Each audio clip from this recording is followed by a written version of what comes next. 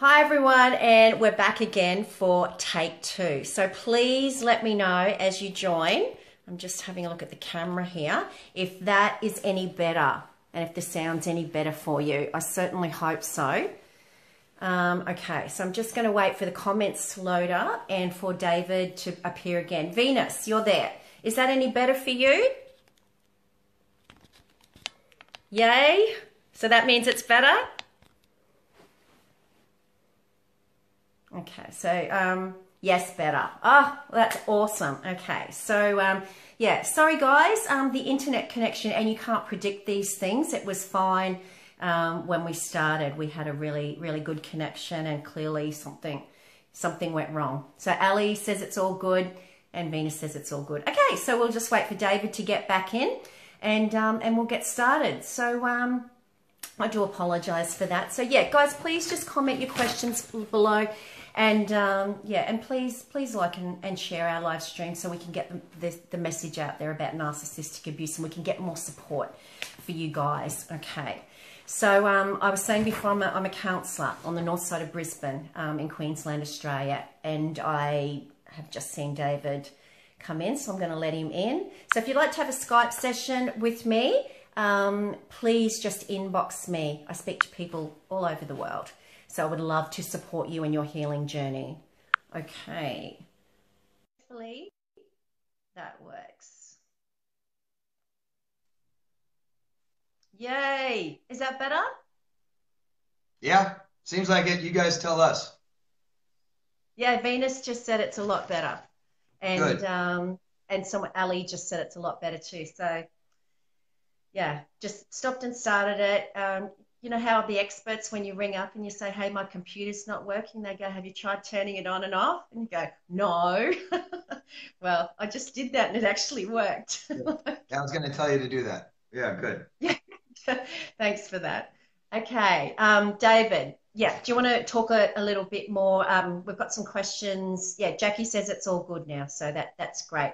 So yeah, I was just telling everyone while we were waiting for you that we're going to be talking again about narcissistic parents. And what I was saying before we stopped last time was like you and I were talking about this, and it's something we don't talk about that much. We seem to, and most people seem to comment on their relationships with their intimate partners, and we don't seem to talk too much, you know, about what children go through and what they go through as adults, because it never ends, does it? It never ends with a narcissistic parent. That's right. And I mean, our parents, you know, prepare us for life. They shape and mold our own personality, who we are. So if you guys are finding yourself in relationships with abusive people, there's a reason. And it's not just the person you met. You know, your parents have, you know, prepared you and set you up for your adult life. So if you're doing things like this, it's really beneficial to find the reasons why. We really need to. Yeah. We've just had a comment by Griffin Gherkins Banham. I think that's the name. And this person has said, what is the point of this broadcast? So, Griffin, this is a question and answer session for victims and survivors of narcissistic abuse. So I hope that is something that can help you out. So yeah, I just thought I'd answer your question. And we've got Belinda there. Hi.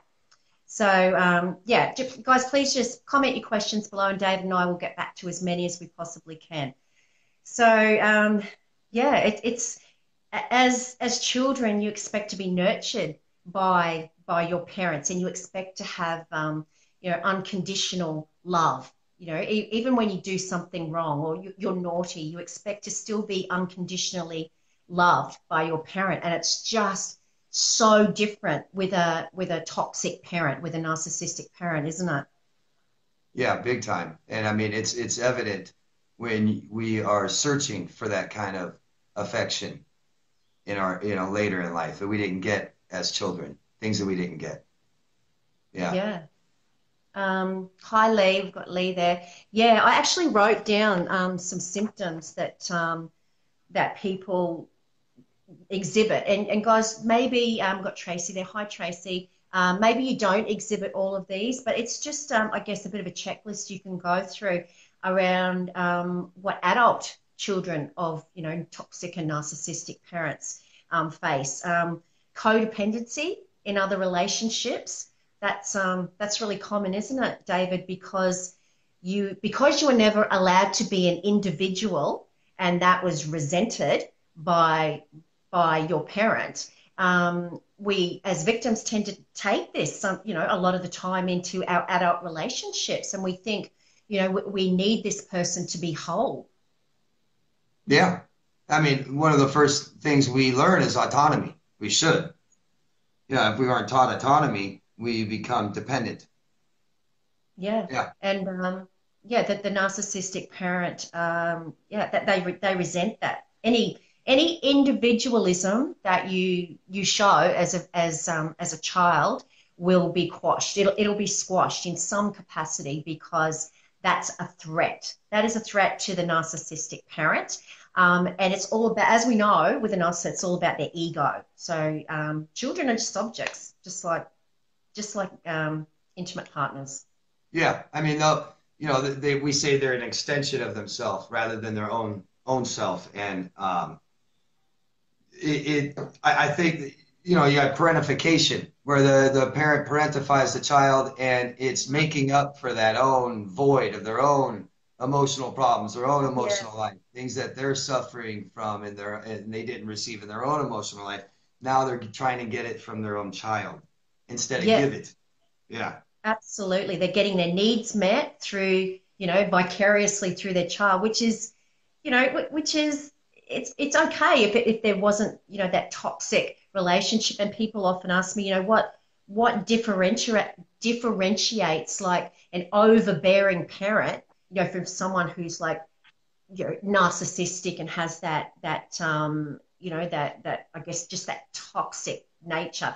And I guess my answer to that would be just the tendency to deny the child a sense of self, that they're not allowed to be an individual. They are not allowed to develop, because every time they try and stray, with their own sort of friends or do whatever they want to do, that is a threat to the ego of the narcissist. Right. And a symptom of that is, and we all know this, is our own self-doubt throughout our life. Unsure, anxiety. Yep, absolutely. Actually, I'm really glad you mentioned that, the parentification, because that's a huge thing. I'd really love to know from you guys. We've got Cher Lee there. My mum gaslights me all the time. I'm so sorry, Cher. We're going to talk about that tonight, so please stay tuned. We're going to talk a lot about gaslighting from narcissistic parents.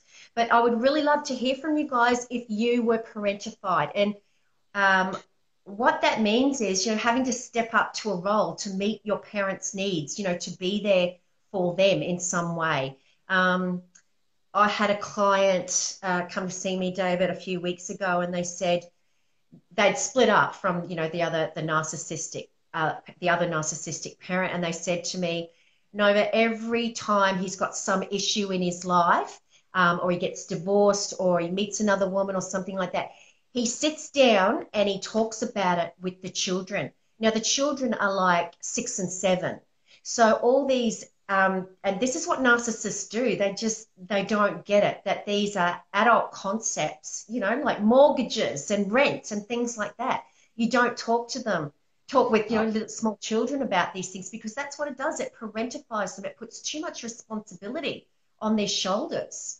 And, but it's simply the narcissist, just getting their needs met by, offloading to that child and putting that responsibility on the child's shoulders.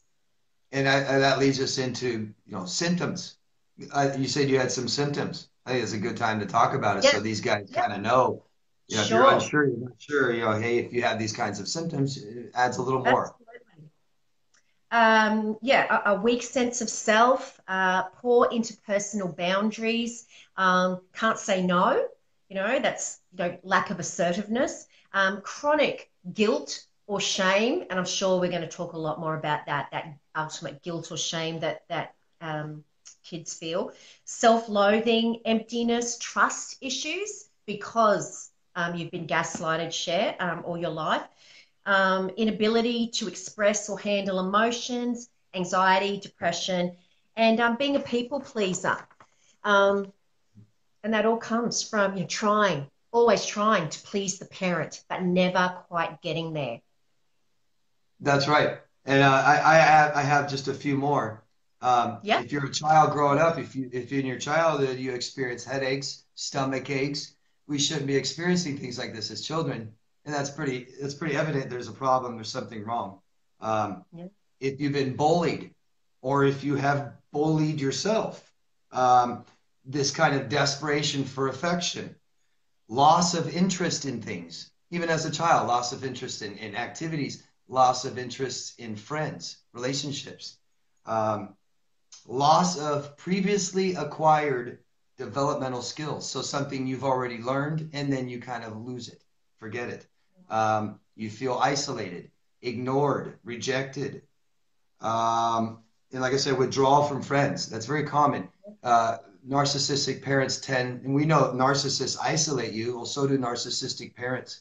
They'll isolate you big time. Absolutely. Yeah. Yeah. If you have a group of friends that is taking your time, that once again that's a threat to the narcissist who you're straying and you're creating your own individual path, and that the narcissist takes that as a threat, so somehow they will make that group of friends out to be bad, or they're a bad influence, or you just shouldn't be hanging around them, and this isolates the child. Or the super controlling, histrionic, narcissistic mother that is in touch with everyone in the neighborhood, in touch with all your friends' parents, and just completely hates on her child. It's apologizes for the child. Everything is the child's fault. My kid is bad. I don't know what to do. He's out of control. He always Yeah. does this. And I mean, it gets the parent. It gets the parent. It's kind of a double win, isn't it? Because for the histrionic parent slash narcissistic parent, because they get to offload on the child, and get that narcissistic supply from the child by through the power, upsetting the child, and they also get the double hit is they get attention. They get attention from the neighborhood, because they go, oh, poor old, just say it was someone called Donna. Poor old Donna has to put up with a problem, a high needs child. We'll all feel sorry for it, and we'll think, what a martyr is she for caring for such, a problem child. So it's, yeah, and of course it's lose-lose for the child. yeah, or even take that a step further, Munchausen syndrome. Yeah, I'm gonna poison yeah, my child. I'm gonna make him sick just to get the attention. Yeah. yeah. Yeah, Munchausen's by proxy. Yeah, that's we could do a whole show on that, couldn't we, Yeah. David? Yeah. Maybe Um, we. we've got a couple of questions here. Cher Lee says, hold on, I've got to go backwards now. Cher Lee says, I was told I had to parent myself. Hi, Cher, and that's why I don't have any boundaries. My brother was the golden child. My mum was and is jealous of my father and I talking sorry guys, if she isn't around. And how that is just so classic and typical, Cher, isn't it, David? Oh That yeah. manipulation and the jealousy. Yeah. So not only do you not get everything you need, I mean, you grow up, you're set up for failure. And the no boundaries. Um, a lot of times we think our parents taught us boundaries if they told us, don't let anyone hit you. Don't let anyone put their hands on you ever. Yeah, But then they go and spank you, right? Or maybe they yeah, slap you. Or maybe you've been bullied in school and you tell them and they don't care. Or you feel like you can't even tell them. Or maybe they have a babysitter come over that put their hands on you and you tell them and they don't care. So they're telling you don't let anyone put their hands on you, but they're teaching you that it's okay for everyone to put their hands on you whenever they want. yeah, yeah. It's Real bad boundaries. And if you aren't taught anything, you don't learn boundaries on your own. Yeah. yeah, that's right. And that's when, when we're children, that's when our brains are still forming. That's when all these rules of society You know, like just like you don't go through a red light, or you don't walk across the road, without looking both ways. These rules are supposed to be, by normal, functional parents, kind of instilled in us from a young age. But if we're not given those boundaries, that's actually abusive, because children need those boundaries. It's these kids that don't have any boundaries that really suffer later on in life, and get caught up in activities that they really wouldn't have otherwise if they had have had a functional. Absolutely. If you don't get the support that you need and the things you need, then you're being sabotaged. Whether they're conscious of it or not, they're sabotaging their own children. Yeah, yeah. One interesting thing there that you said, Cher, was your brother was the golden child. So it might be a good time to, because I'm sure, many children, if you're watching and you're a child of a narcissistic parent, now you're an adult child of a narcissistic parent, you would have had a role. And that's what happens in families where there's, a parent with a personality disorder, most especially a narcissistic parent. They assign roles. Okay. Most of the time they will have a scapegoat child, a golden child, as you mentioned. So I'm not sure which one you were, Cher, but I'm assuming that you were the scapegoat. And a lot of the time they will have an invisible child, which is someone who's neither blamed nor praised. Black sheep. Yeah. But as we know, everything is about the narcissist's ego. So these roles are not all the time stationary. They can change. If the narcissist needs to, flip that triangle around and make the scapegoat for one day or 1 week or a year or whatever, become the golden child, that's what they do. It just depends what, where they're seeking attention from. So it's got to do with triangulation. And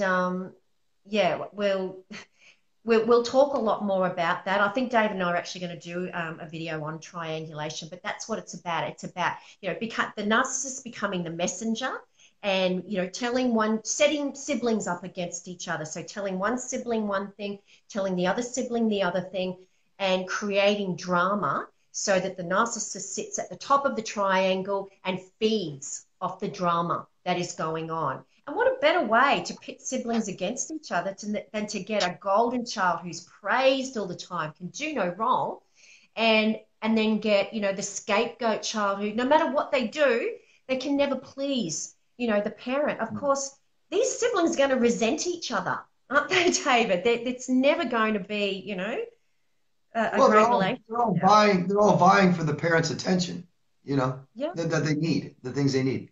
Yeah. Yeah. Yeah, and you can imagine, the golden child a lot of the time will bully the scapegoat child because, kind of that child mentality with, I'm the favorite, that kind of thing. Especially the golden child's usually older, usually more athletic, and can do no wrong, doesn't get punished. Yeah, more alike the narcissistic parent, as in, if the narcissistic parent likes sports, the golden child most probably will be the sporty one. And if there's another son in the family, for instance, that likes music and, is a bit arty, and then a lot of the time that child who's totally different will often be, the scapegoat. But that's not set in stone, certainly. And like I said, those roles can change. Yeah, they do. Yeah. Yeah, so I hope that's helped. Cher. Who else have we got here?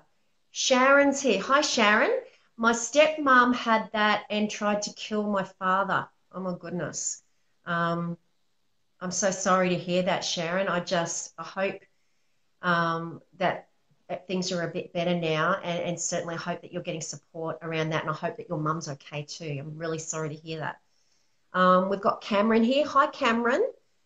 Who else have we got? We've got Venus had a question, so I'm just trying to find Venus's question without losing it. Venus says, my mum pretended to love me since March. She knows I love God, and she lied and said she gave her heart to God. It's a long question. I can only see the beginning of it, Venus. That hurt me deeply. She really poured the love on me, holding my hand in public. Yeah, look, it's anything to, I guess, to keep you in that vortex. They don't let their adult children go, Venus. Yeah. It's the same as hoovering, isn't it, David? When you've got an intimate partner, you look like you're going, they pull out the big guns. Yeah, right. They don't want you to be yourself or your interest in things like this. They don't care. And the gaslighting and religion, we could do a whole nother video on Oh, narcissism and religion. absolutely. So yeah, I'm so sorry, Venus, but kids of narcissistic parents often suffer the most out of any victims because they can't escape. They can't get away, and they've been groomed. We know that as an intimate partner you get groomed, but kids have been groomed their entire life. So it's really hard to break free. So yeah, I hope that's helped a little bit. Heather's here. Hi, Heather. Okay, we had a question. Belinda says hi there. Hi, Belinda. From Mikhail. I'm just trying to find that. Mikhail. Okay. Mikhail, hope I'm pronouncing that okay. I'm Mikhail Studio. How you going? So my narcissist caught me off guard by contacting me from a different number yesterday, and I immediately hung up when I realized who it was. She's been trying to catch me quite often. That's all I can see. Mikhail, yeah, the hang up. David?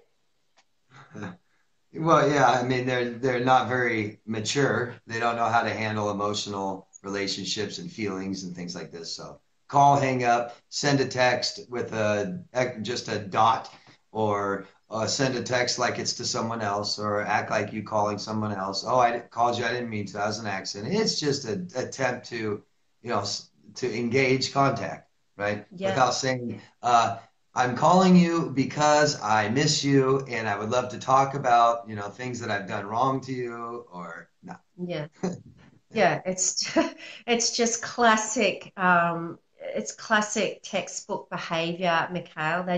They're just trying to get your attention and suck you back into that vortex. That's why it's so important if you're trying to go no contact, to block, so that they don't get that opportunity. Yeah. Yeah, I mean, if Um, these people have manipulated you over time, you can't talk to them anymore. You just can't talk to them. Yeah.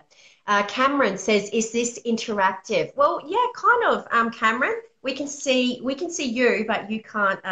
You can comment, and we can see your questions and talk to you and answer your questions. But I guess you can't appear on screen. But certainly, you can talk amongst each other. Absolutely, answer each other's questions. In fact, I'd really like that. I think it's a great way to get support and meet other victims and survivors. So yeah. Okay. Cameron's got, he is Nova the guy or the gal? Nova's me, Cameron, and this is David from Damar's Coaching. Okay. Kelly Dorrington's just joined us, and Kelly says everything all. Sorry, I'm late. That's fine, Kelly. It's great to have you back. Okay. Who else have we got here? Cameron says, hi, just wondering how me and my wife can reach my wife's mother, who will not listen to our requests for boundaries, mutual respect, limits on advice, etc., because as she says, I care. That's all I can see. Um, uh, okay. Cameron, the only way your mother-in-law is going to listen to you is if you are consistent with administering those boundaries. You have to make sure that those boundaries are enforced. And people who are toxic and disordered, like borderlines and histrionics and narcissists, they are so manipulative that they will get you to lower your boundaries, and they manage your boundaries so far down that you think that somehow that they're just I don't know, somehow they're just doing it and you don't know how they're doing it, but they're doing it because you're not enforcing them. And because you're thinking, oh, I'm going to be thought of as a horrible, nasty person if I say no. And that's what a narcissist teaches you, that you're awful and you're a horrible person if you say no. Yeah. Yeah. And I think it's important to realize that it's your wife that has that relationship with her mother. And I think, if she can't hold these boundaries up with her mother right now, then you need more space. More space. Don't call me for a while. I mean, if that's what it takes, because, a lot of times when we're manipulated for a long time, like your wife may not even realize or understand how much she manipulates her. A lot of times we need that space, some time away from them to realize how bad it is. Yeah. Yeah, absolutely. I couldn't agree more with David Cameron.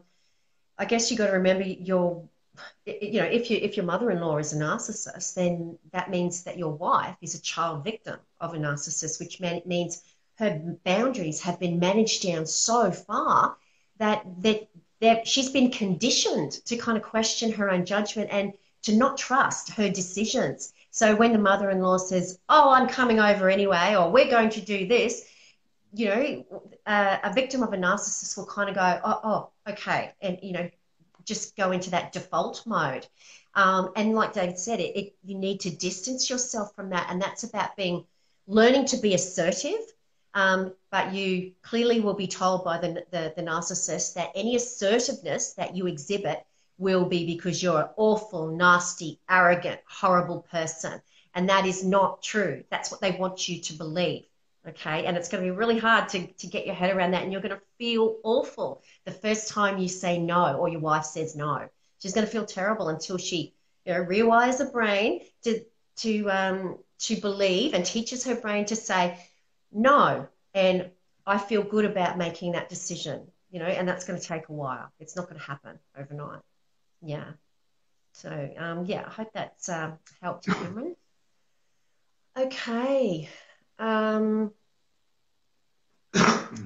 Venus says, my mum has never given me the time of day, though, Nova. I've been on my own most of my life. I think you misunderstood where I was coming from. Okay, all right.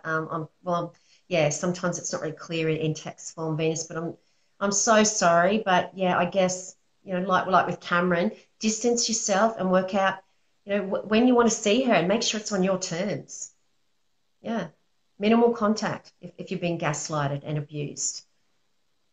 Well, I think there needs to be I always say, I hate to tell people don't talk to your parents or your family anymore. Yeah. So what I say is, sure, a relationship is still possible with them. Once you really develop your own self and give yourself the things you need and skills and tools, so that it just always requires some kind of space, distance, time, something where you're away from your parents for a little while. And you know how to do these things now for yourself and stand up for yourself and things like this. And I mean, I'll tell you all, you'll be amazed if you choose to stay in contact with your narcissistic parents after you have developed yourself, after you've become healthier and learned skills and things like this. You'll be amazed at how they change. They change around you. They react to this. And some hate it. I mean, they don't like it. It's uncomfortable, but if they still want you in their life, you'll be amazed at how it gets a little easier to deal with them. And you might still be able to have some kind of relationship with them. Yeah, but it has to be on your terms. Yeah, the way they taught you to have a relationship with them, you can't. So absolutely. It's faulty. You're thinking, you've been taught, faulty thinking. By the narcissist, by the toxic parent. And you have to work out your strategies and validate what you've been through as a child victim, validate what you've been through. So, when they're doing it to you, know when you're being gaslighted, know when you're being, when they're projecting all their stuff onto you, but you can't do that until you've validated what you've been through and you know all about narcissistic abuse. Otherwise you're going to, it's just going to happen again, and your boundaries will be managed down. We've got Minnie here. Hi, Minnie. How you going? Okay. Um, Cameron says again, my wife's mum constantly questions our decisions, our feelings to the extent if we are sick. She tells we are suffering hay fever, then tells us to try some new wonder pill or potion to fix our illness. Yeah. Cameron, Um, Cameron, stop telling her. Stop sharing things with her. yeah. Yeah. It's going to take that kind of approach, Cameron. One thing I need, like I guess David and I try and tell all the people that come to see us is that it's not okay. This is abuse, manipulating you into making decisions that you don't want to make and making you feel guilty all the time is abuse. It's manipulative and it's abusive. It's psychological abuse. Psychological abuse is not okay from anyone. Okay, it's not okay for anyone to manipulate your reality or manipulate you into doing something you don't want to do, whether they are family or not. And this is what people have trouble getting their head around, that, I can't not talk to them. That's, that they're destroying my life, but, they're my mother or they're my sister or my brother. Well, you know what? DNA does not give anyone the right to abuse you. Okay, so you really have to remember that. And they're not going to change if they're toxic, if they're narcissistic. They're always going to be like that. So you have to work out how to manage that. And, like David said, have your distance until you work out how you want them in your life, not how they want you in their life, on your terms. Yeah. Minnie says, I got a missed call last week. I'm assuming that's from the narcissist, Minnie. Maybe, a hang up or something. Yeah, we talked a little bit about that before. It's just them trying to get your attention, suck you back in. Probably it's an accident. It was an accident they called you, but it's never an accident. Well, the best way to get somebody to do something is if it's their idea, right? So I'm going to put the idea in your head. You're going to call me and say, did you just text me, just call me? And now we're talking. Yeah. Exactly. If you think about it, it's brilliant. It's actually brilliant because you could have been cruising along in your life, doing so well, another job and, just healing, seeing a counselor and talking in a support group, whatever you're doing on your healing journey. And then out of the blue, you get that missed call, and what does it do? It puts the narc back up here. And if it hasn't been long, you're debilitated. I mean, you might pick up that phone, hear their voice, or call them back or something, and you're frozen. A lot of us freeze during things like that, and we're vulnerable. Our defenses are down. We aren't angry anymore. It's been a little while. We forgot. Yeah. David, a couple of weeks ago, you might remember we were talking about Greek mythology. We were telling people about how, where the name Narcissus comes from. And it just made me think, I often tell people when they say, I've got to see them in court. And, I'm really scared about seeing them in court. And what I say to them is, have you heard of Medusa? That evil Greek god, the one that had all the snakes for the hair, and every time she looked at someone, she would turn them to stone. Well, I say to them, think of that person as Medusa. Do not look at them, because if you gauge their, I don't know, I love Greek mythology, but that just made me think of that, because if you catch their gaze, it's just you may as well talk to them on the phone, because of that eye contact. You will just slip right back. It's so important not to look at them. Yeah. Okay, who else have we got here? My ex has a hold over me. What can I do? Oh, Minnie, please just watch these videos and keep tuning in and talk to other survivors here. Watch David's videos on Damar's coaching and watch my videos on Brighter Outlook Counselling Service. It's going to be a journey, and it's not going to be easy. I hate it when people say, just get over it. It's going to be easy. It's going to be the hardest thing you've ever done. But with the right support, you can do this. So, yeah. Okay.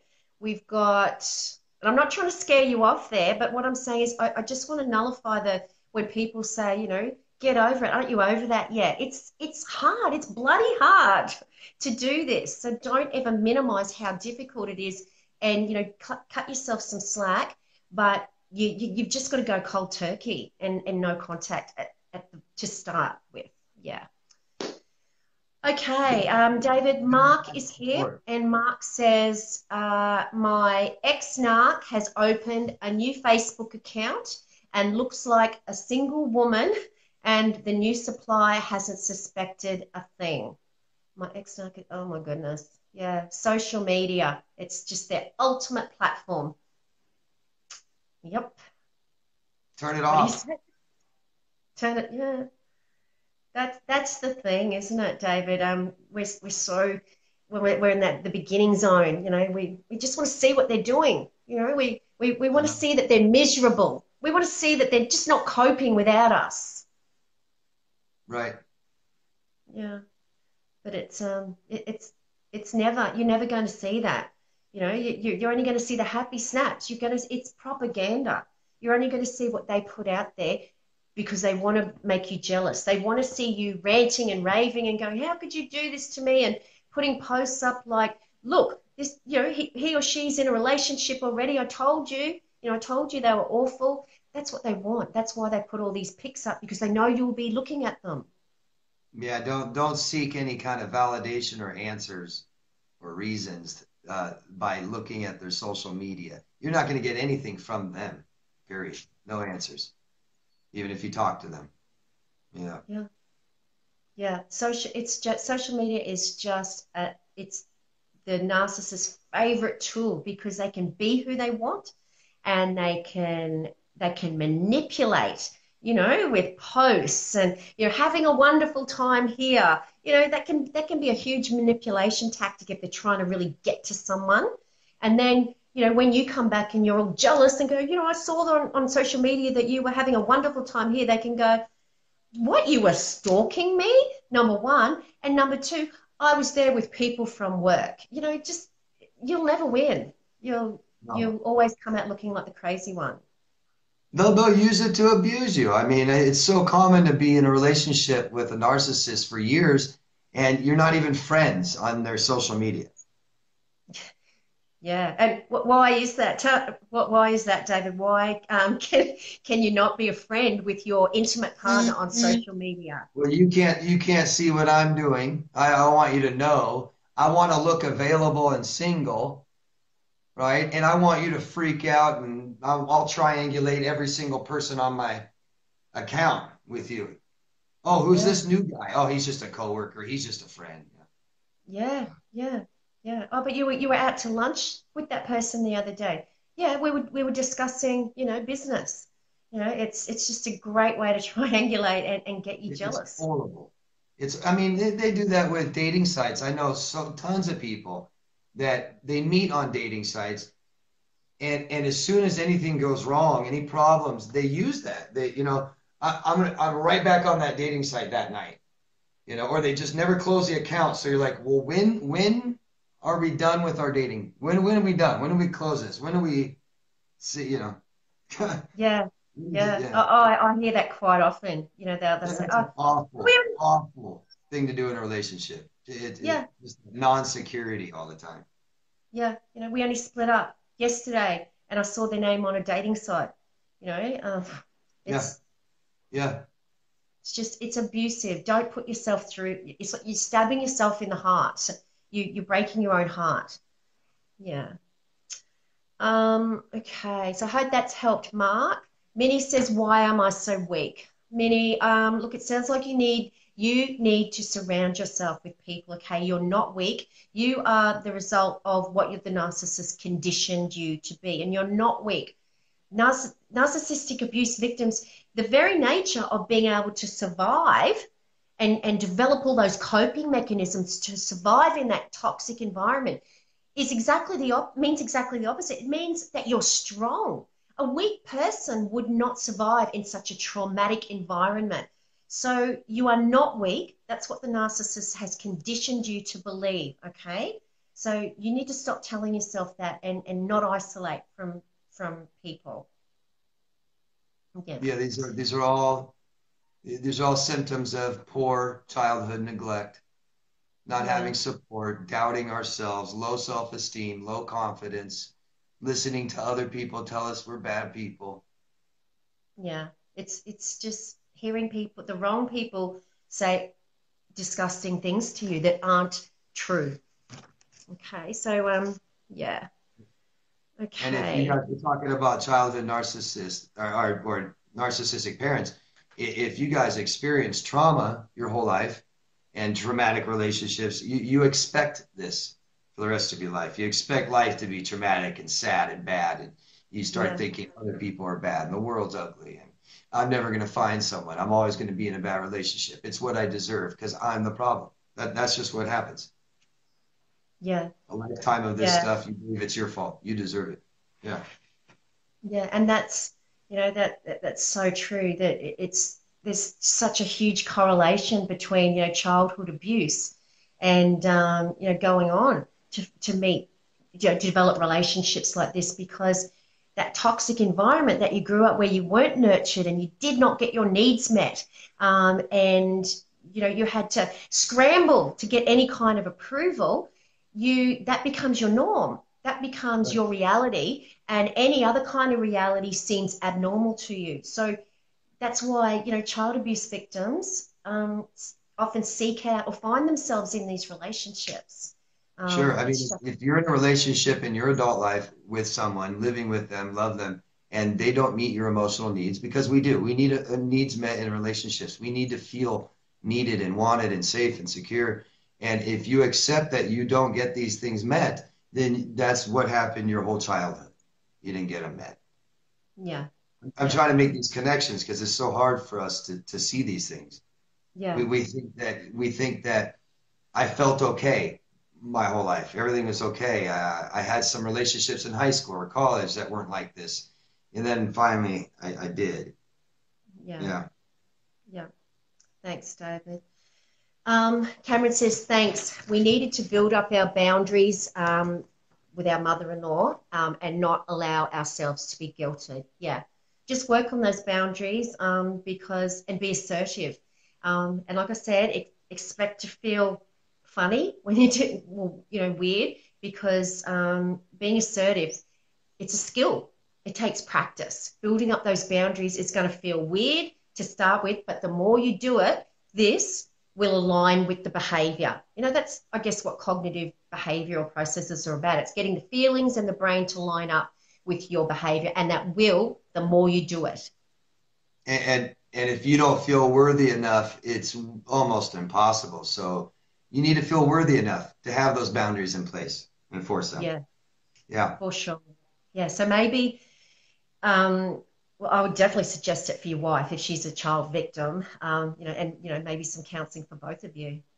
Yeah, she has to be completely shame ridden. I mean, lots of shame because if we don't have the self-worth to put boundaries up, that's because we don't feel worthy enough. We feel like bad people. That's shame. She has to have a ton of shame. She should be in therapy. I hope she is. Yeah, yeah, yeah. I'm glad you said that, David, because it's just such a common trait, isn't it, of adult children of narcissistic parents. It's that shaming you grow up with. If you don't meet their needs, of the parents' needs, if you don't achieve what they want you to achieve, then you're an embarrassment. And the guilt that you feel.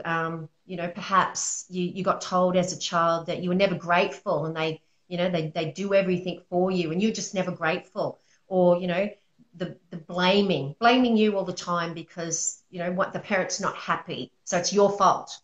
I mean, yeah, and single incidences and also just trauma. Trauma creates shame. I mean, years of fighting and negativity and neglect and things like this. This kind of trauma, emotional trauma, it just creates shame. It tells you you're the problem. You're the bad person. Yeah. Absolutely. Yep. Children, while their brains are forming and their emotional intelligence is still forming, children have an innate ability to own everything that's bad. If they see their mum and dad fighting, or if there's trauma going on in their family, the child takes that as their fault. They own it. You know, if only I was, you know, wasn't naughty. If I was a better child, then mummy and daddy wouldn't be fighting. You know, and kids absorb that and they blame themselves. So if that emotional intelligence is still growing and still forming, you're taking that on. So once it finishes, you know, growing when you're about, I don't know, 21, 22, and when you start getting into your mature adult relationships, you've still got that, you know, in your brain that everything's your fault and you need to be a people pleaser. If it's bad enough, it halts development. Your emotional development can actually stop. You don't develop emotionally very well. I mean, that's how narcissists are formed. Yeah, it's a coping mechanism, isn't it? It's if I don't feel, I mightn't feel love or anything, but I can't feel pain either. Right. Okay, let me see. Sure, we've got some more questions here. Linda. Hi, Linda. Linda Shaps says, and now I can't see the end. I'm sorry. I can't see the end of the long ones, guys. My meal, I'm assuming you mean my mother-in-law. My mother-in-law is also a controlling person and loves to gaslight myself and the kids. Her son is starting to become like her, unfortunately. Yeah. Look, you know, we've been talking, David, haven't we, about, you know, narcissistic children being an extension of the narcissistic parent. And so this is so common, especially, I find it especially with the women of when their husband is the child of the narcissistic mother, because, you know, you've come in and you've taken their property. You know, you're starting to exert a little bit of control over their property, and their son, you know, daughters as well, but I'm just going to use son for this example. Their son isn't 100% in their corner anymore, and you are taking their attention away from the mother-in-law. So she is going to have to come out and, gaslight you and create drama. That's what a narcissist does. They create drama to get attention.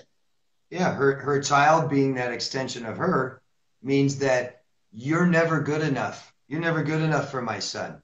She's saying she doesn't care about him. You're never good enough for me.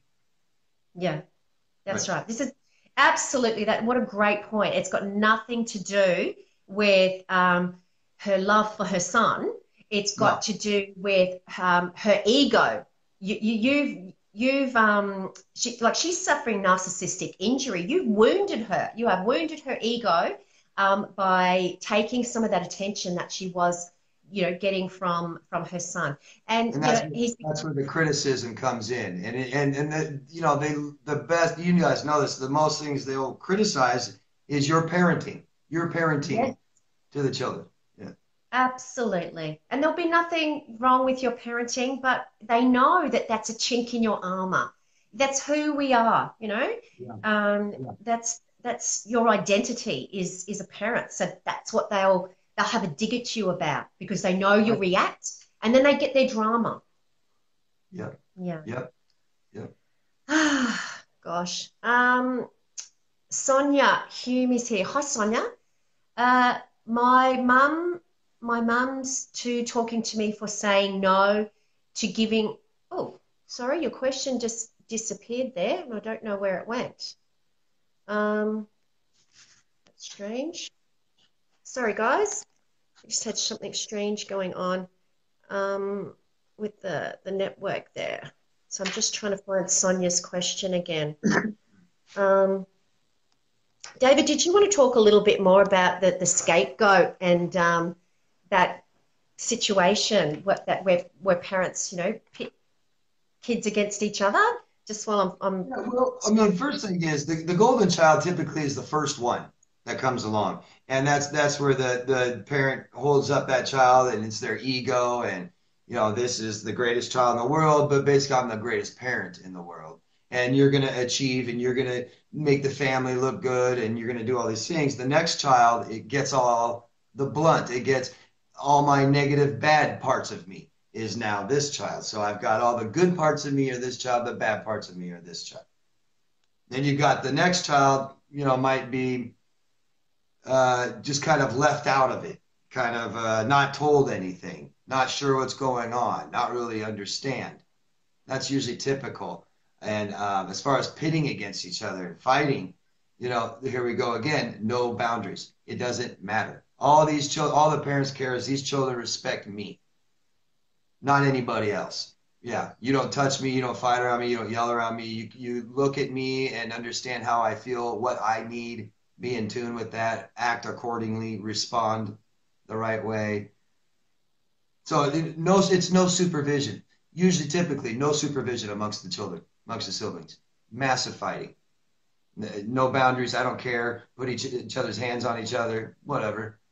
Yeah. Yeah. Okay. Sorry guys, we've got Jody. Oh, is my camera still on? You went dark. Oh, I wonder why. Oh, there I am. You're on. Okay, we're having all sorts of problems tonight with the connection.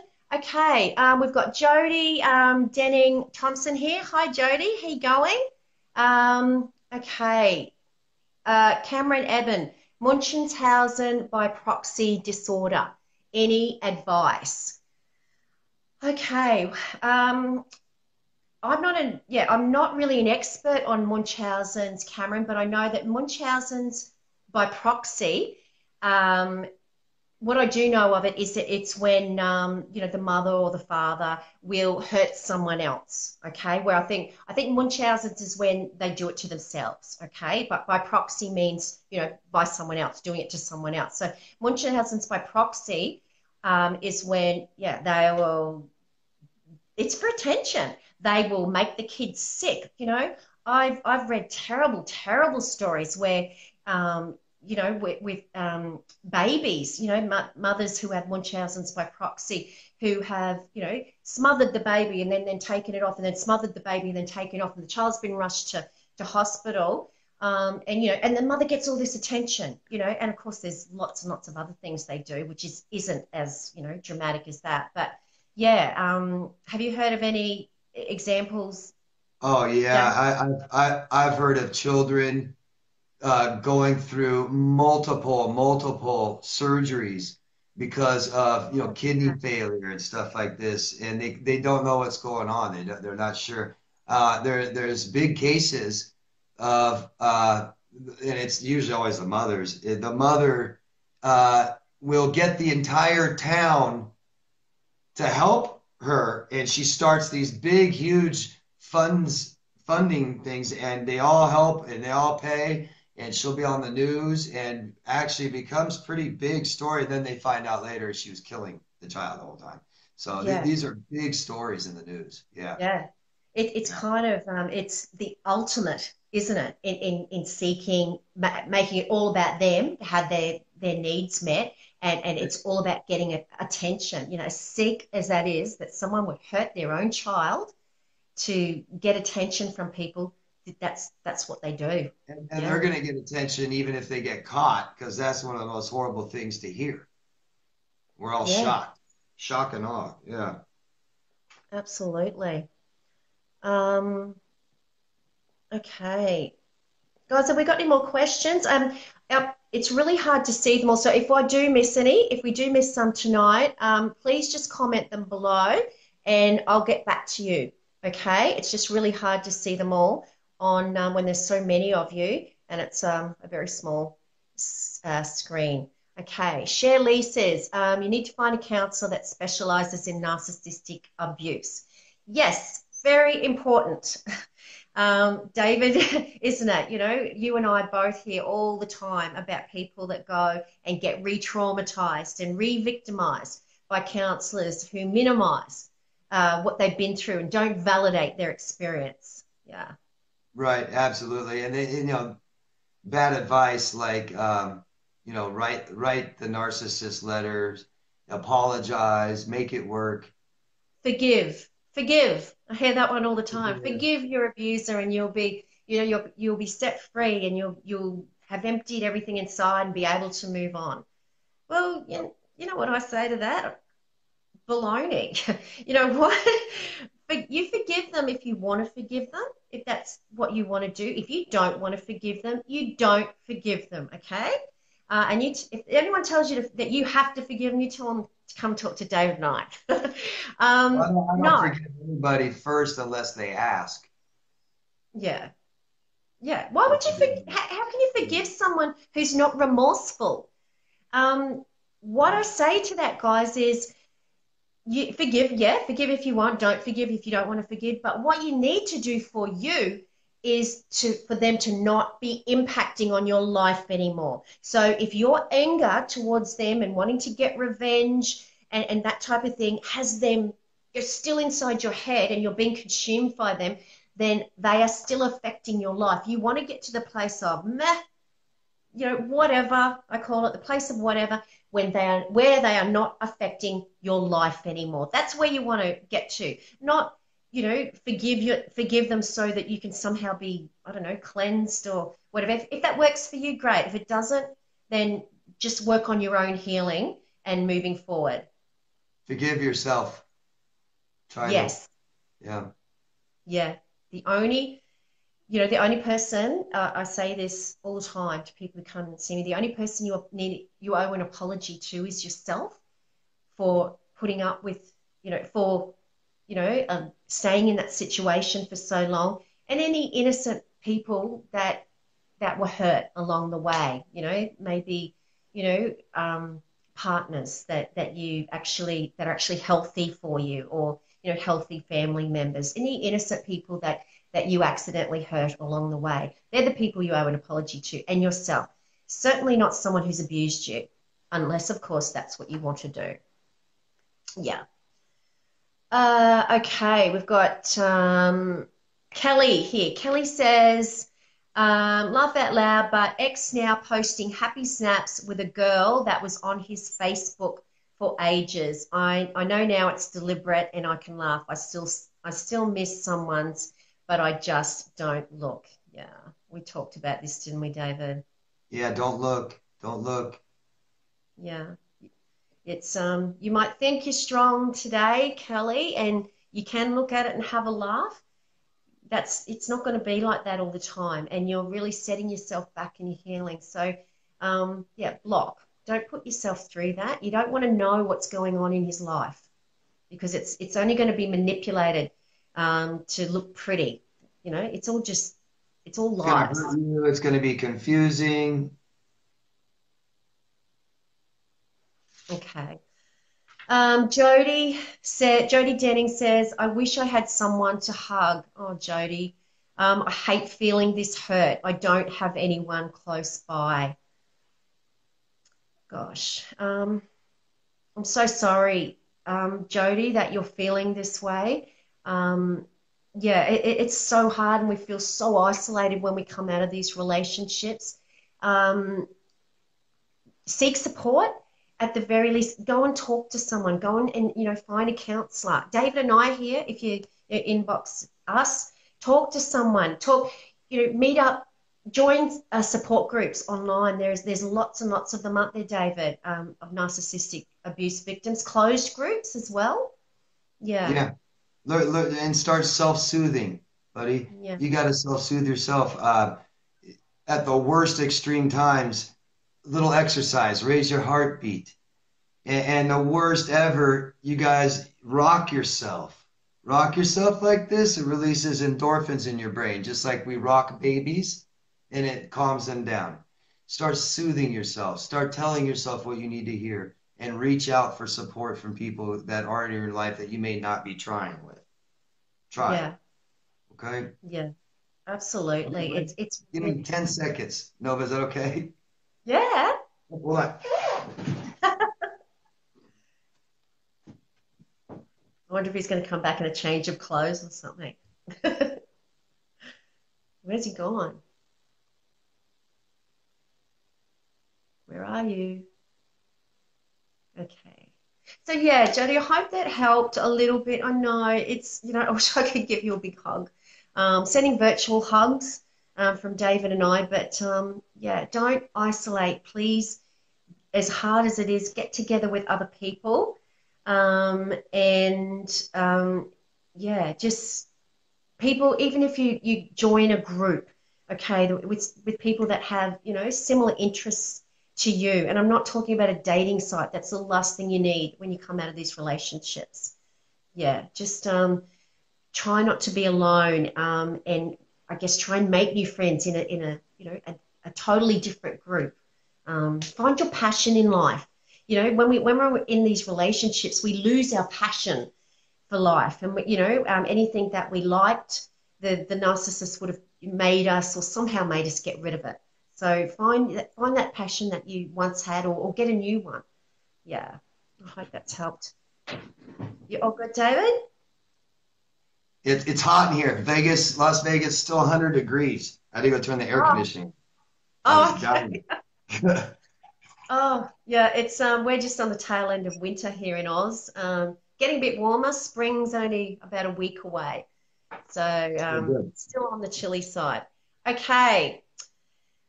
Kelly says, Minnie, I had a manic breakdown, intense therapy, and I gave in and went on meds. It really helped. Yeah.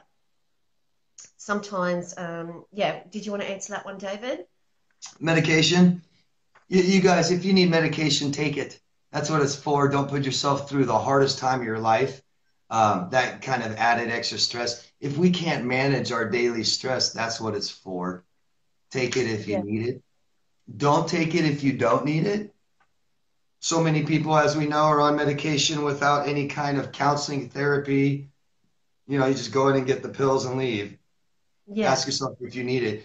And also just let you know, a lot of things like antidepressants and stuff like this may not work. The parts of our brain that are actually damaged actually makes it so that a lot of times that antidepressants don't work. So be aware of stuff like this. It may not be working. Yeah. I just think it's really important, it definitely in the short term if they're helping, but as a long-term solution, it can be a Band-Aid. If you're still in that toxic environment, I always, the analogy I use with people that come to see me, it's like, imagine living in a house where there's a slow gas leak. There's a slow gas leak all the time, and you just feel off, and but you get through life, but you just never feel 100%. And then one day you leave that house with the gas leak, and you breathe in fresh air, and you just go, oh my goodness, you drink, cool, clear water, and you look back at your life in that house with the gas leak, and you go, I was really sick. I was so sick, and I didn't even know it.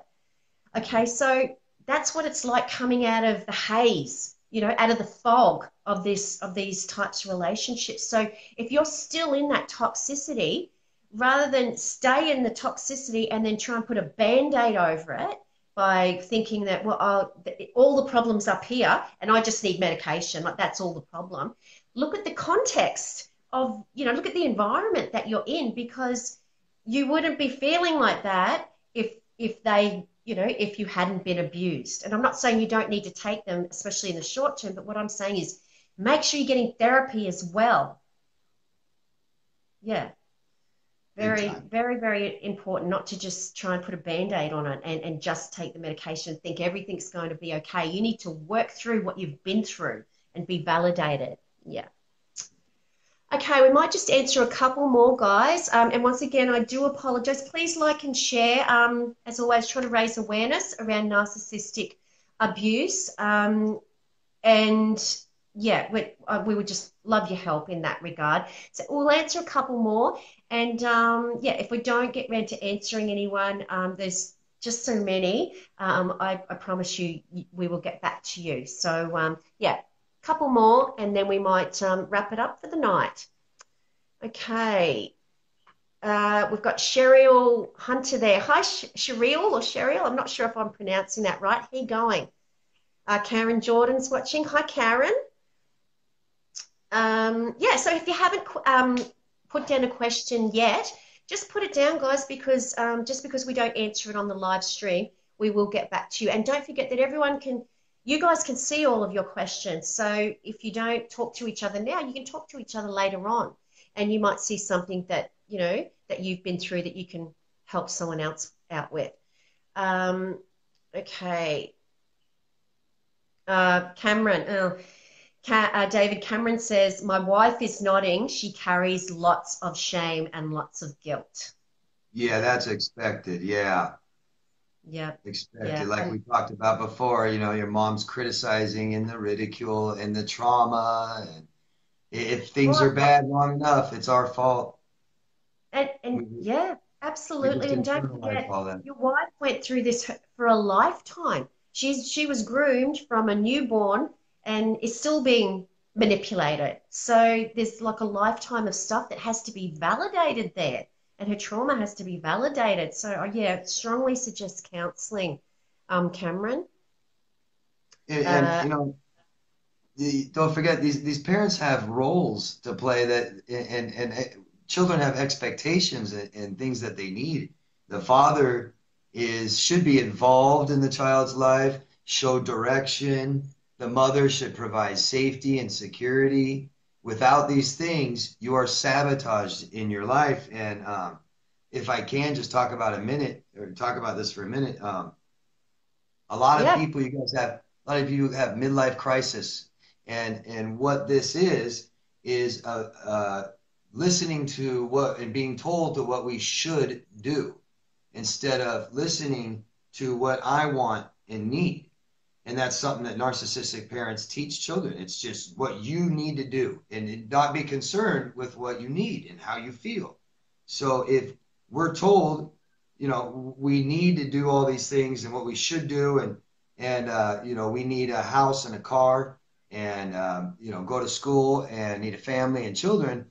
But what the parents have taught us, emotional abuse and trauma, things like education are affected.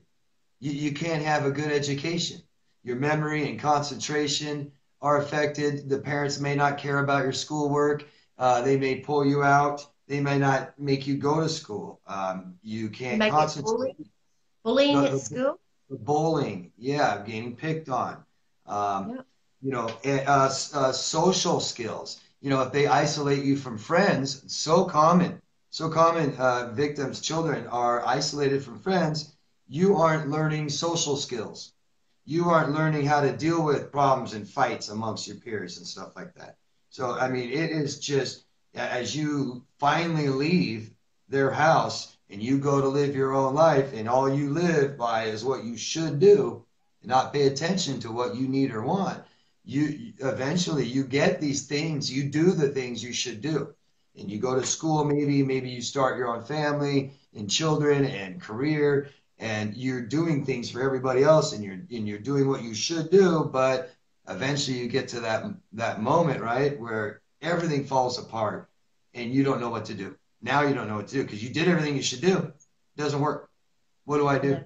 That's pretty critical. That's crisis. Yeah. Rather than there's so many there, we might just kind of finish on I guess the topic, David, and that just what you said then. I thought we should probably talk a little bit just around the end about narcissistic parents now that you're adults. Okay. It doesn't end, does it? It does not end. You've been taught, as we were talking about before, you've had your boundaries managed down your whole life. So your adult parents, narcissistic parents, will guilt trip you. If you loved me, you would come round. Oh, your brother came around and did the gardening for me, so he's the good one, and there's something wrong with you. So they will still triangulate you. Even when you're 30, 40 years old, your elderly narcissistic parents will still do this unless you create those boundaries. And let's not forget that narcissists, as they age, get more bitter. They get more bitter. They get angrier. They get more evil. They get worse because that grandiose sense of self that they had their whole lives, and they thought they were going to be someone, and they had everyone at their beck and call, and they could pick up new supply like that. It didn't happen. It did not come to fruition, so they turn into bitter, decrepit, nasty, evil old people, don't they? I'm just wondering, and it'd be interesting to hear you guys comment, and David, you would have heard of the movie Mommy Dearest. Have you heard of that one with Joan Crawford? No? Yeah. Yeah. I know. It's all about a narcissistic mother who abuses and goes through all the processes. I think it was made in 1981, and she adopted a daughter and a son, and the son was the golden child, and the adopted daughter was the scapegoat, and she abused these children horrifically. And it's just an interesting movie, you guys, if you want to watch it. It's all about the life of Joan Crawford, a very famous actress. And it was interesting. I was reading about it, and they said that even at the very end, when Joan Crawford died, that's the actress in real life, not the one who played her. I think Faye Dunaway played her in the movie. But Joan Crawford, on her deathbed, they found out that she disowned her children from the will. So it was just that classic last dig of the boot in, because they can never become a normal, kind-hearted person. They wanted you to know who they were, even as they were leaving the earth, and that's what happens. They just become more evil.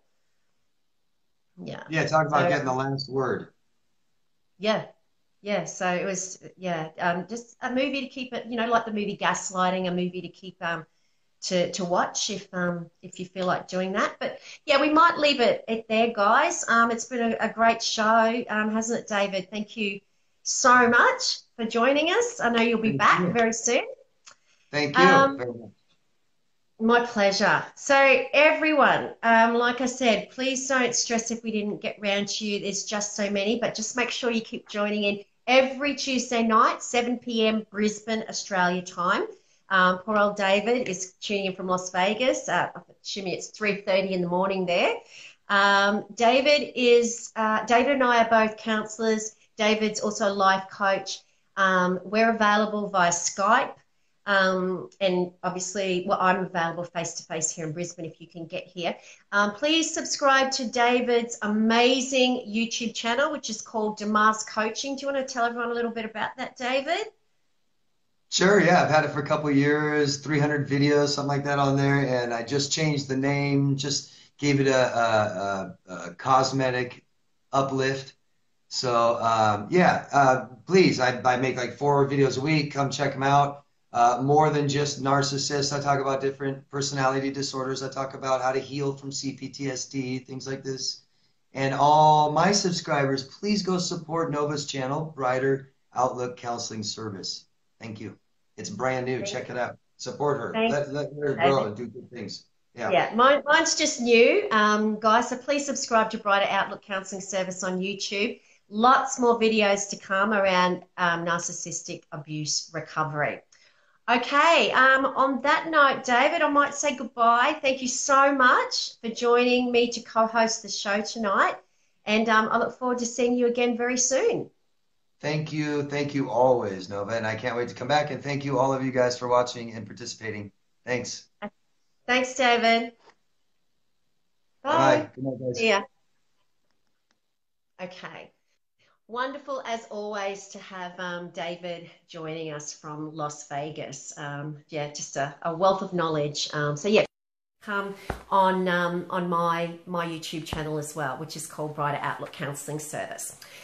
Okay, I would really like to say thank you for joining me here tonight. And David, it's been wonderful having you. I hope we've been of some help. Both of us are so passionate about raising awareness about narcissistic abuse and helping you. So if that's something that you would like to do, like I said at the beginning of the broadcast, I am a counsellor on the north side of Brisbane in Queensland, Australia. I speak to people all over the world via Skype. to counsel them, to support them in their healing journey from the trauma that's involved, you know, in this type of psychological abuse. And of course, face to face, if you can make it here to Brisbane, to my office. So on that note, I'd like to say thank you so much for joining me and David. Please tune in where we have the live streams every Tuesday night, 7 p.m. Brisbane time. Would love to see you here again. Please like and share, and please inbox me if you'd like to have a one-on-one counselling session with me. Okay, I'd just like to say goodbye. Have a wonderful night if you're in Australia, a wonderful day if you're somewhere else in the world, and I will see you again very soon. Thank you so much for your support. And as always, remember your worth and then add tax. Bye, everyone.